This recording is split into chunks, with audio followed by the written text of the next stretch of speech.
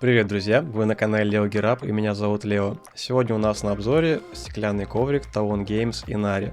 Принт данного коврика радует глаз, но это далеко не самое выдающееся в нем. Коврик на обзор мне предоставил магазин ProGlide, но это никак не повлияет на мое мнение о нем. Если Inari вам понравится, вы можете использовать мой промокод для покупки со скидкой 3%. Ссылка будет в описании. Помимо этого, у них много всего интересного, например, новейшие 4-мм глади Talon Games, ориентированные на максимальную скорость. Возвращаемся к Inari. Данный коврик заявлен как гладкий, скоростной, ультратонкий. Так ли это на самом деле? Давайте узнаем. Упаковка у коврика надежная, но без излишеств. Никакой магнитной системы, все вполне обычное.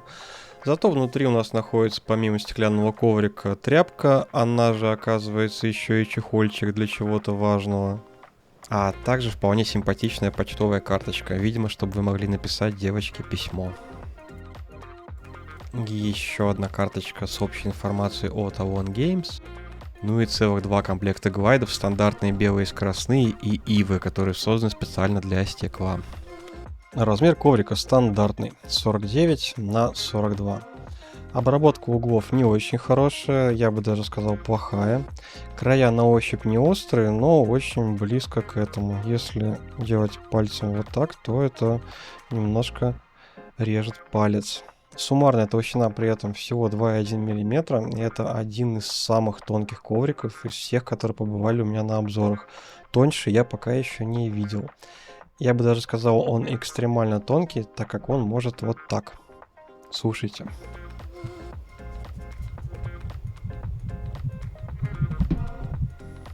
И смотрите. Не повторяйте данную процедуру у себя дома. Коврик гнется очень и очень легко.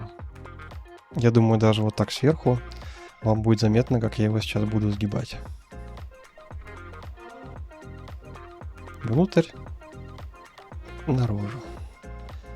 Конечно, коврик у меня из-за этого не страдает, он потом кладется на стол точно так же ровно, но это, конечно, немножко страшновато. При этом мой юнит идеально ровный, подложка красивая, силиконовая, красная, но держит коврик средний. Во время игры он у меня не ездит, но если я на него довольно средние усилия оказываю, то он спокойненько едет по столу. Но, к счастью, Talon Games в курсе этой проблемы, и как они поделились со мной, в августе-сентябре у них выходит новый скоростной коврик, в котором данная проблема была исправлена. По традиции после распаковки протираем коврик и ждем где-то сутки, чтобы он адаптировался к окружающей влажности. И первое, что хочется сказать про Inari, он супер-супер гладкий. Самое интересное про Inari, ее поверхность даже более гладкая, чем у Sai. Она сравнима с Super Glide 3, но если Super Glide 3 был бархатно-резиновым, то здесь именно ощущение очень-очень гладкого стекла. Это мне нравится куда больше, чем у Суперглайда. Но есть и минусы. Несмотря на то, что у Inari заявлено покрытие, оно, видимо, не очень хорошего качества. Руки к нему прилипают сильнее, чем к другим стеклам с покрытием.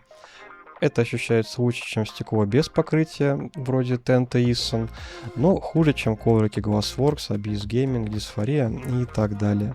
Это не ужасное покрытие, все равно рука прилипает не так, чтобы сильно, но похуже, чем у других брендов. Это по сравнению с ними сразу для меня лично стало сильно заметно. Несмотря на супер гладкость, по глайду без нажима Inari очень сравнима с осенью. Ощущается они практически одинаково. Да, также, если вы очень слабо нажимаете на мышь, эти коврики ощущаются примерно одинаково.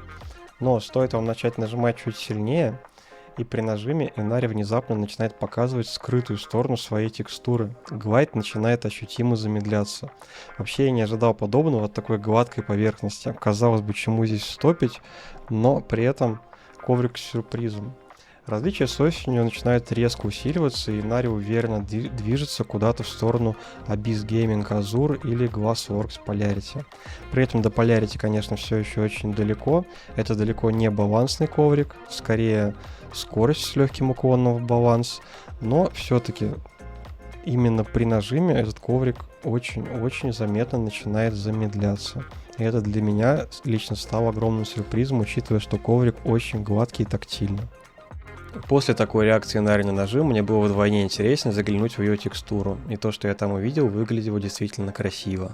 Ставьте на паузу, если хотите рассмотреть какие-то участки подробнее. Также напоминаю, если смотрите с телефона, в приложении YouTube можно зумить картинку. На Инаре гладкость достигается очень широкими плоскими площадками зерна, но при этом она оказывается медленнее сая или осени, так как ее зерна очень часто расположены под углом. В итоге она более чувствительна к нажиму. Также у ее зерен более часто можно увидеть резкие края. Ну и макрофотографии с видом сверху. И здесь текстура Инари выглядит еще красивее. Она очень однородная, при этом опять же видно, что зерна часто стоят ребром вверх, что и дает нам то самое замедление от нажима. Во всех играх Инари была очень комфортная.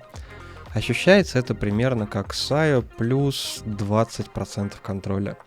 Статика у пада вполне воздушная, и в пад не зарываешься. Но в динамике ощущается слегка тянущее замедление, что с одной стороны убирает тряску, с другой стороны после топовых скоростных ковров приходится учитывать это и прилагать слегка больше усилий при трекинге. Видите солдатиком?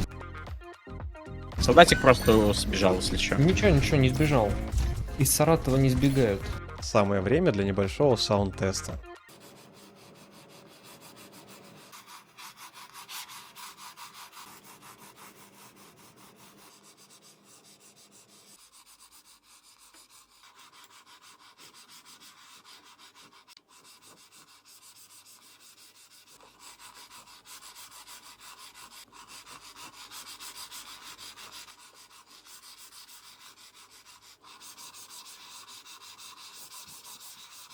Давайте проведем тесты коэффициента статического сопротивления, который покажет, как легко на Инаре сдвинуть мышку с места. И здесь мы видим, что Talon Games Inari выступает вполне себе на уровне своих топовых собратьев. Без нажима у нее старт довольно легкий, и мышка довольно быстро выезжает вниз. Даже когда мы сравниваем с Abyss Gaming Azure, мы видим, что на Azure мышка вниз едет гораздо медленнее, чем она ехала на Инаре. Но, конечно же, Инари не дотягивает до уровня Abyss Gaming Inferno и Dysphoria Saya ни по углу старта, ни по скорости движения мыши вниз. Друзья, ваша любимая рубрика дроп-тесты. Первый тест симулирует скорость мышки практически без нажатия на мышь. Здесь мы видим, что без нажима Инари выступает примерно на уровне осени и Зейна. Это однозначно быстрый коврик с легким стартом и приятным ощущением от глайда.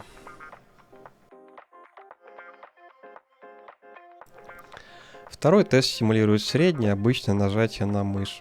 Как я говорил вам до этого, Инари гораздо сильнее показывает свой характер при нажатии на мышку, поэтому в нашем дроп-тесте она становится на уровень примерно с Abyss Gaming Azure, уступая более скоростным решениям в виде Glassworks Zane, Dysphoria Saya и так далее. Давайте разместим Инари в чарт-таблицах относительно других стеклянных ковриков. В нашей таблице скорости без нажима Инари находится примерно на уровне осени, между осенью и Зейном, так как данный коврик довольно быстрый без нажатия на мышь. По гладкости он встает где-то между Super Glide 3 и Saya. В чарт таблицы с нажимом Инари по скорости отодвигается довольно значительно, примерно на уровень между Azure и Зейном, но разумеется ниже Зейна, так как Инари сильнее замедляется от нажатия. Друзья, выводы. Talon Games Inari — это один из самых необычных и приятных ковриков, которые побывали у меня на обзоре. Он самый тонкий, он самый гладкий, он быстрый, и при этом он умудряется давать контроль от нажима. Я без проблем использовал его в любой игре, мне не понравилась его подложка и понравилось вообще все остальное. Краткая характеристика Инари, если Сай оказался для вас слишком быстр. Это не абсолютно топ по скорости, а также если вы не любите гладкие коврики, то Инари вам не подойдет. Во всех же остальных случаях я строго рекомендую вам присмотреться. За свою цену это очень классное решение. А с моим промокодом ProGlide вы можете сэкономить дополнительные 3%. Друзья, если вам понравился ролик, пожалуйста, подпишитесь на YouTube, подпишитесь на Telegram, ставьте лайки и обязательно оставляйте комментарии. Я всегда на них отвечаю. Ну а на сегодня у меня все. Пока.